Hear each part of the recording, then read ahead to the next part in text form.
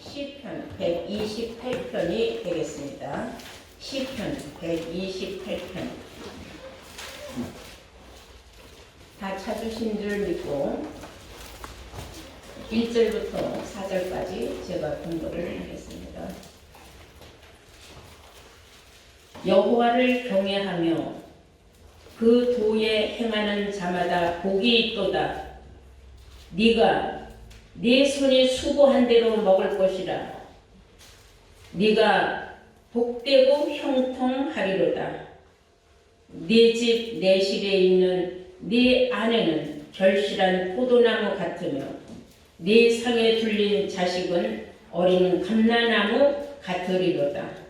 여호와를 경외하는 자는 이같이 복을 얻으리로다. 아멘.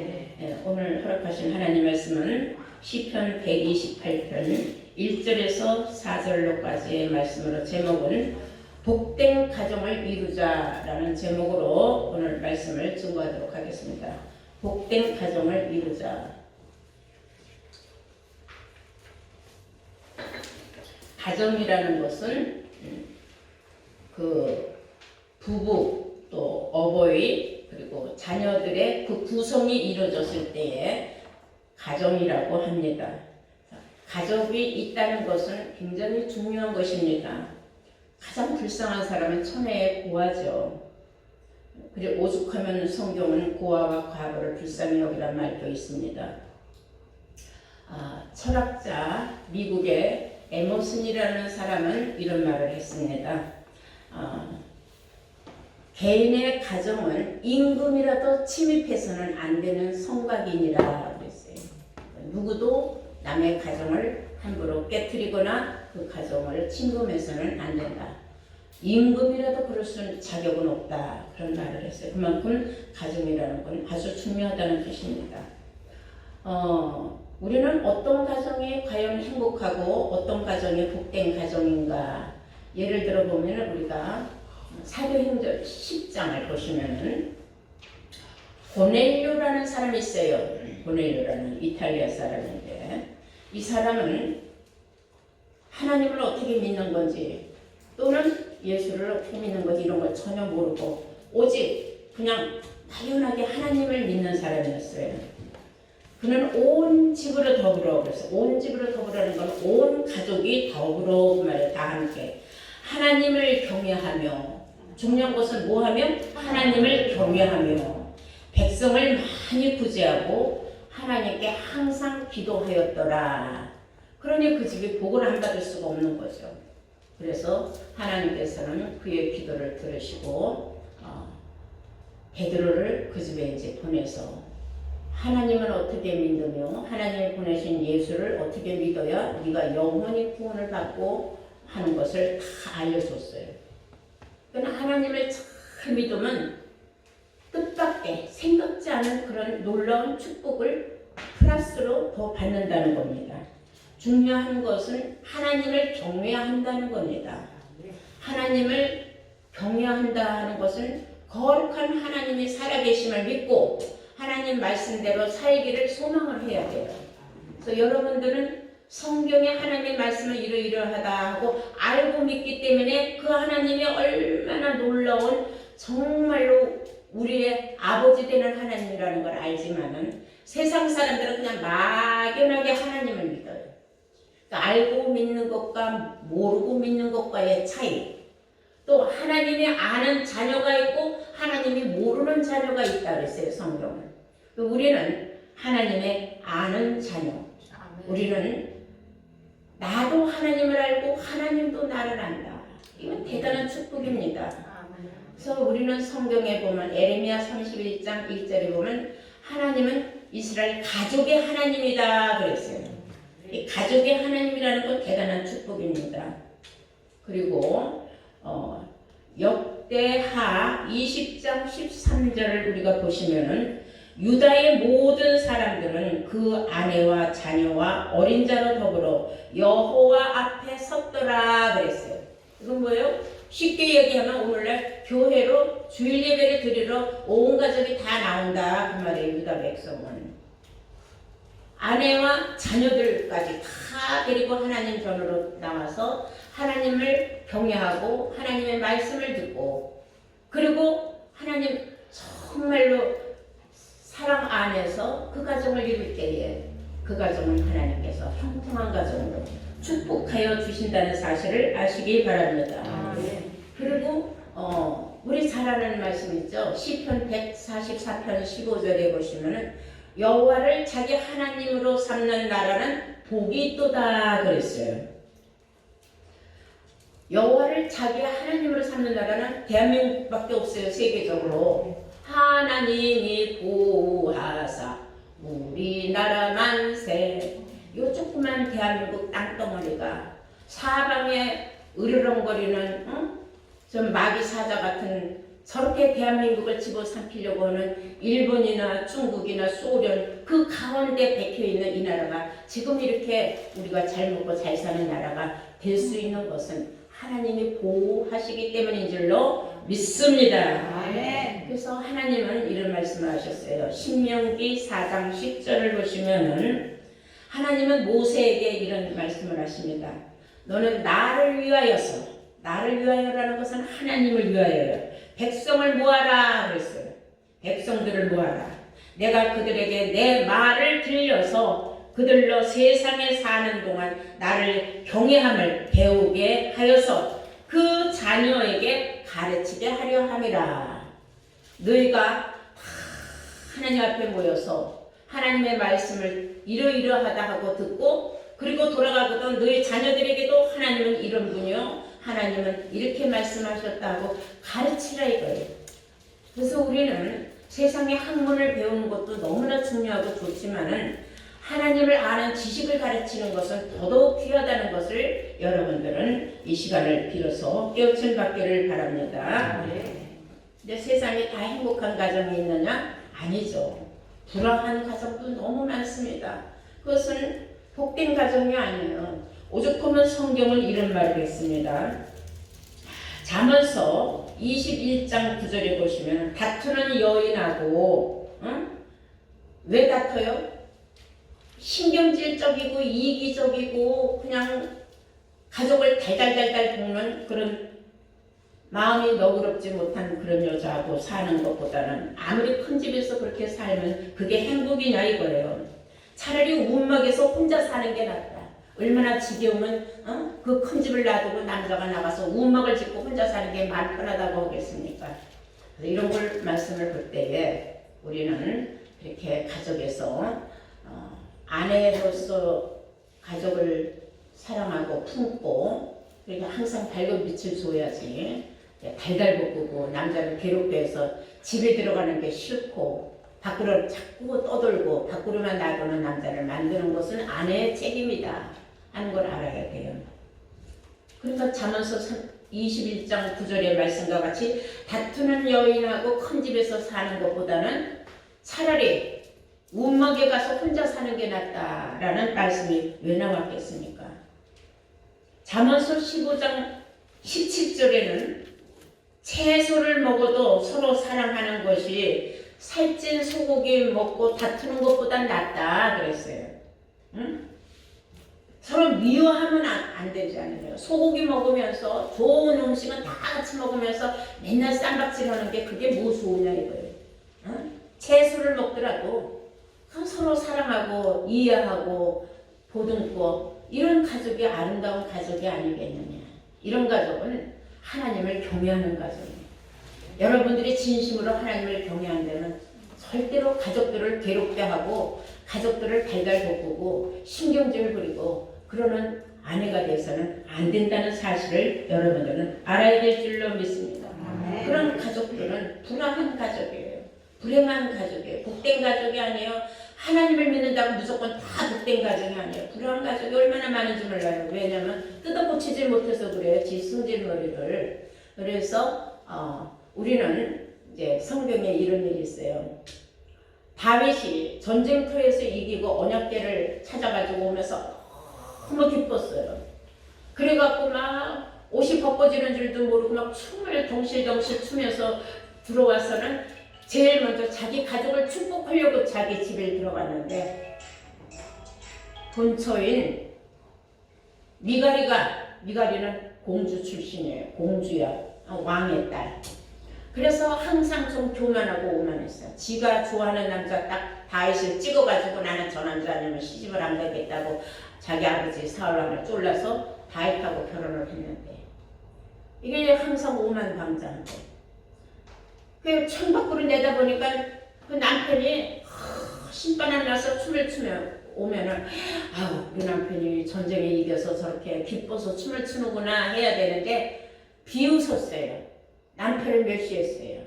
에휴 그럼 그렇지 뭐 베어 처먹지도 못하고 양치기 목동이나 허든 놈이 뭐 창피한 걸 아냐 옷이 벗겨지는 줄도 모르고 저렇게 좋다고 춤바람을 치고 저렇게 하고 들어오는데 다윗이 그걸 알았어요. 자기를 멸시하는 거, 반겨주지 않는 거. 가족이 제일 먼저 반겨줘야 돼요. 기쁜 일이 있을 때. 슬픈 일이 있을 적에도 가족이 제일 먼저 품어 안아줘야 돼요. 그런데 미가리가 자기 남편을 얼마나 무시하고 멸시했으면은 다윗이 그날 그 이후로 본부인 방에 쳐다도 안 봤어요. 수많은 여자들을 데리고 사는 거예요. 그때부터 너 역가라는 거예요. 이게 남자들이 한번 싹 돌아가면은요 진짜 무서운 거예요. 여자는 달래고 울르면 돌아서는데 남자들은 아무리 달래고 울려도 잘 안 돌아서는데 남자 습성이에요. 그래서 미갈은 죽을 때까지 자식을 못 낳았다 그랬어요. 왜 자식을 못 낳아? 남편의 사랑을 못 받으니까. 하늘을 봐야 별을 딸 거 아닙니까? 우리 한번 볼까요? 그런 말씀. 사무엘하 6장을 보시겠습니다. 네, 사무엘하 6장. 찾으신 줄 믿고 20절부터 볼까요? 다윗이 자기의 가족에게 축복하러 돌아오매 사울의 딸 미갈이 나와서 다윗을 맞으며 가로되 이스라엘의 왕이 오늘날 어떻게 영화로우신지 방탕한 자가 염치 없이 자기의 몸을 드러내는 것처럼 오늘날 그 신복의 계집종의 눈앞에서 몸을 드러내셨도다. 다윗이 미갈에게 이르되 이는 여호와 앞에서 한 것이니라. 저가 네 아비와 그 온 집을 버리시고 나를 택하사 나로 여호와의 백성 이스라엘의 주권자를 삼으셨으니 내가 여호와 앞에서 뛰놀리라. 내가 너 보라고 춤춘 건 아니다. 내 하나님 앞에서 춤춘 것이다. 하면서 내가 이보다 더 낮아져서 스스로 천하게 보일지라도 네가 말한 바 계집종에게는 내가 높임을 받으리로라 한지라. 수많은 사람들이 나를 다 미천하다가 천박하다고 비웃을지라도 아내한테만큼은 나는 높임을 받아야 되는 거 아니냐? 존경을 받아야 되는 게 아니냐? 그런 말이에요. 그러므로 23절에 그러므로 사울의 딸 미갈이 죽는 날까지 뭐 하는 날까지? 죽는 날까지 자식이 없으니라. 죽는 날까지 남편을 만날 수가 없었던 겁니다.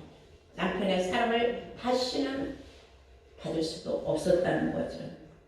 이런 걸 보면은 불화한 가정은 여자로부터 일어난다는 걸 알아야 돼요.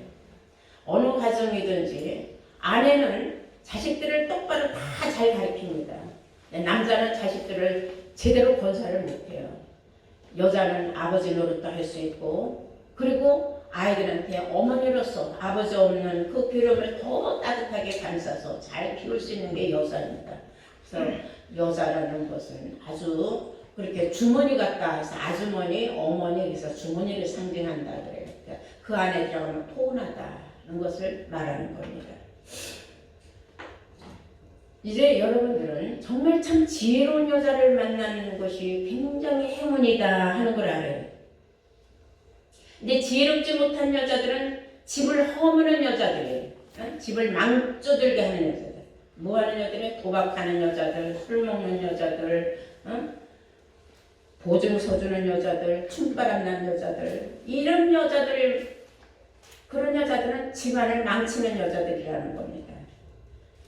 그래서 미련한 여자는 그 손으로 자기가 지은 집도 허무는 여자, 집안도 망치는 여자다 그랬어요. 요즘 텔레비 보면 가끔씩 명품에 미친 여자들 명품 가게 문을 연다면 새벽부터 나가서 문 열 때까지 줄 서서 기다리고 있는 게 가끔 텔레비로 볼 수 있어요. 그까지 명품이 뭐라고 새벽부터 나가서 줄 서서 기다린다. 그러니까 명품 병든 사람들이 그것도 중독이라고 하더라고요. 그래서 너무 여러분들 그리스도인들은 명품하고 명품에 그렇게 빠져서는 안 되는 거예요. 명품을 그렇게 좋아할 필요 없어요. 최고의 명품은 하나님이에요. 아멘. 아시겠습니까? 네, 우리가 잠언서 14장 1절을 보시면 무릇 지혜로운 여인은 그 집을 세우지만은 가정을 아름답게 잘 꾸려나가지만은 미련한 여인은 그 손으로 그것을 허무느니라 그랬어요. 잠언서 14장 1절 말씀 여러분들을 항상 마음속 깊이 새겨야 돼요. 나는 과연 지혜로운 여자인가 미련한 여자인가? 나는 남편을 괴롭게 하고 남편을 밖으로만 돌게 하는 여자인가? 신경질 부리고 앙탈 부리고 이해심이 없고 배려심이 없는 사람인가? 이기적인 사람은 아닌가? 이런 생각을 우리는 항상 해야 합니다. 그래서 성경은 이렇게 말하고 있어요. 가정은 작은 교회 또는 작은 천국, 그리고 가정은 삶이 안정되게 하는 행복한 처소다. 이런 걸 알아야 돼요, 우리가. 가정이 행복해야 삶이 안정된다는 걸 여러분들은 깨우치신 분도 있고 아직 깨우치지 못한 분이 있다면 앞으로 잘 깨우쳐져서 가정을 행복한 가정으로 꾸리는 지혜로운 여인들이 되시기를 바랍니다. 아멘. 마지막으로 우리가 골로새서 한번 볼까요? 골로새서 3장을 보시겠어요?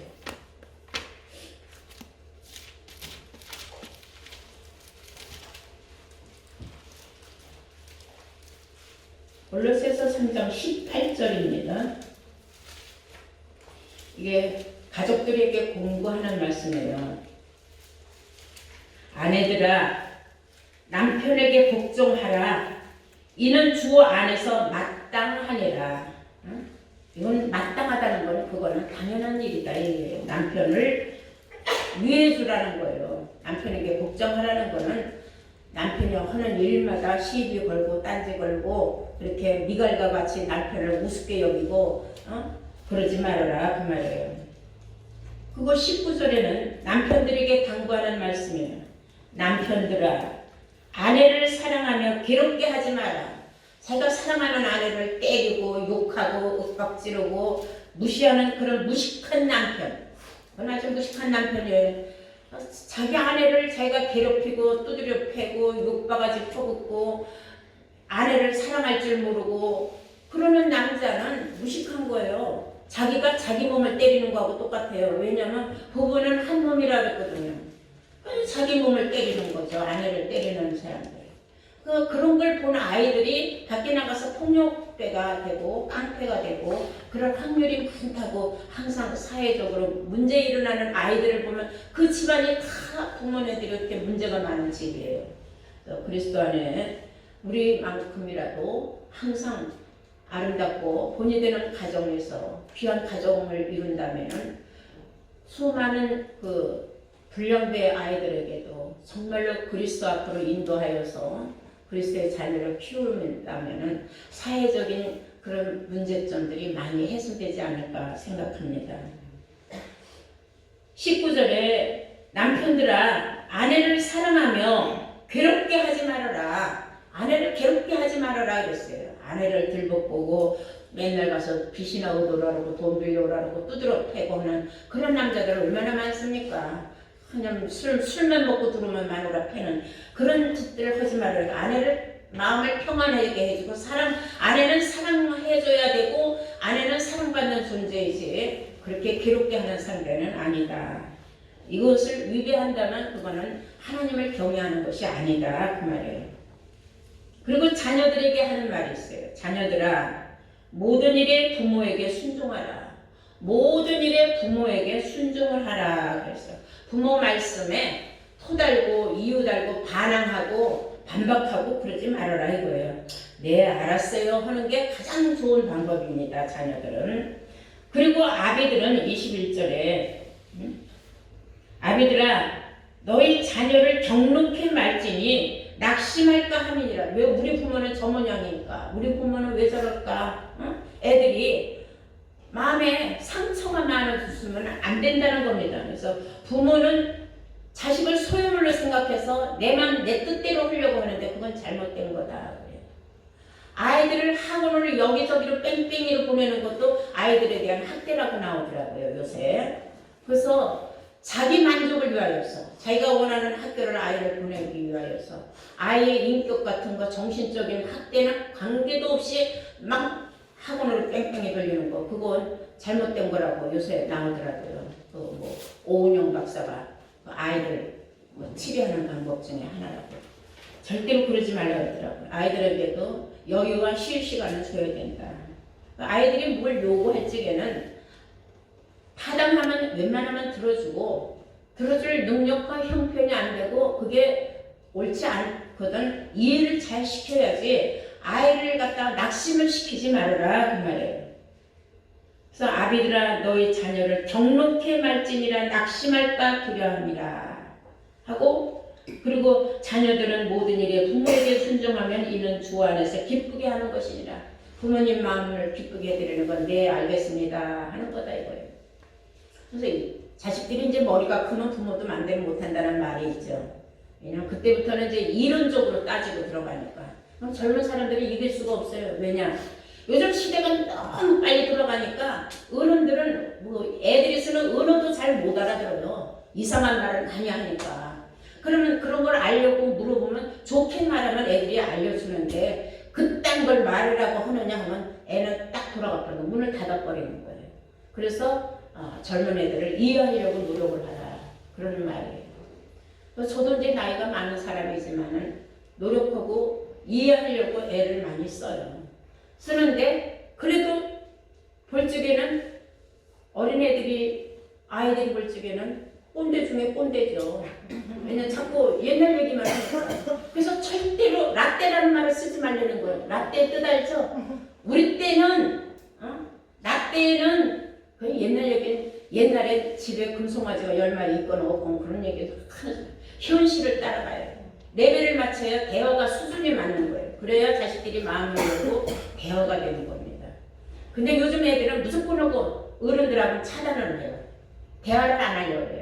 무조건 하고 대화가 안 통할 것으로 지네들이 단정을 해버리는데 큰 문제가 있어요. 그래서 아이들을 살살 꿰어서 아이들 세계를 알려고 노력을 하고 말을 해야 되는 그런 시대에 우리가 살고 있다. 그래서 부모는 자녀를 소유물로 생각해서 내 마음대로 움직이려고 하지 말아라 하는 것이 요즘 세상.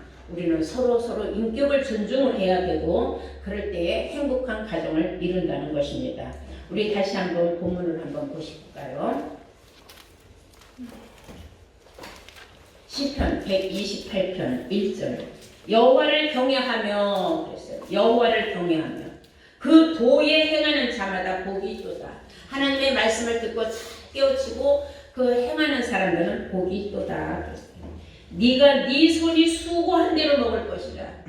내가 애쓰고 수고한 대로 거기에 대한 대가로 내가 먹고 사는 것이다. 쓸데없이 요행을 바라지 말라는 거예요. 이 그리스도인들은 요행을 바라서는 안 된다. 내가 수고한 만큼 거기에 대한 대가로 내가 먹고 사는 걸 행복으로 여기면 행복한 거예요. 우리가 생각할 때 큰 대궐 같은 집에서 큰 대기업의 어마어마한 정치인들이 행복할 것 같습니까? 그 사람들 절대로 행복하지 않아요. 그 사람들 삶을 보면요, 아기 다툼 속에 있어요. 왜냐면 안 뺏기려고. 그러니까 욕심, 탐욕, 그리고 그 도전 때문에 그들은 이기적인 자기 세상에 요즘 정치도 돌아가는 거 보면 얼마나 거짓말을 밥 먹듯이 합니까? 그래서 세상에 믿을 것 못 되는 게 정치인들이라고도 하지 않습니까? 근데 이제 교육계도 썩고 법도 썩고 썩는 게 너무 많다는 거예요. 그 나라가 망치는 길이라고 했어요. 나라가 올바로 가려면 첫째는 교육이 올바로 서 있어야 되고 그리고 법이 올바로 서서 법이 자기 기능을 잘해야 되는데 법을 다루는 사람들이 자기 이익에 따라서 왔다 갔다 하기 때문에 없는 사람 죄도 뒤집어 써서 감옥에 집어넣고 죄가 많은 사람도 죄 없다고 다 풀어주고 이런 일이 있어서는 안 된다는 겁니다.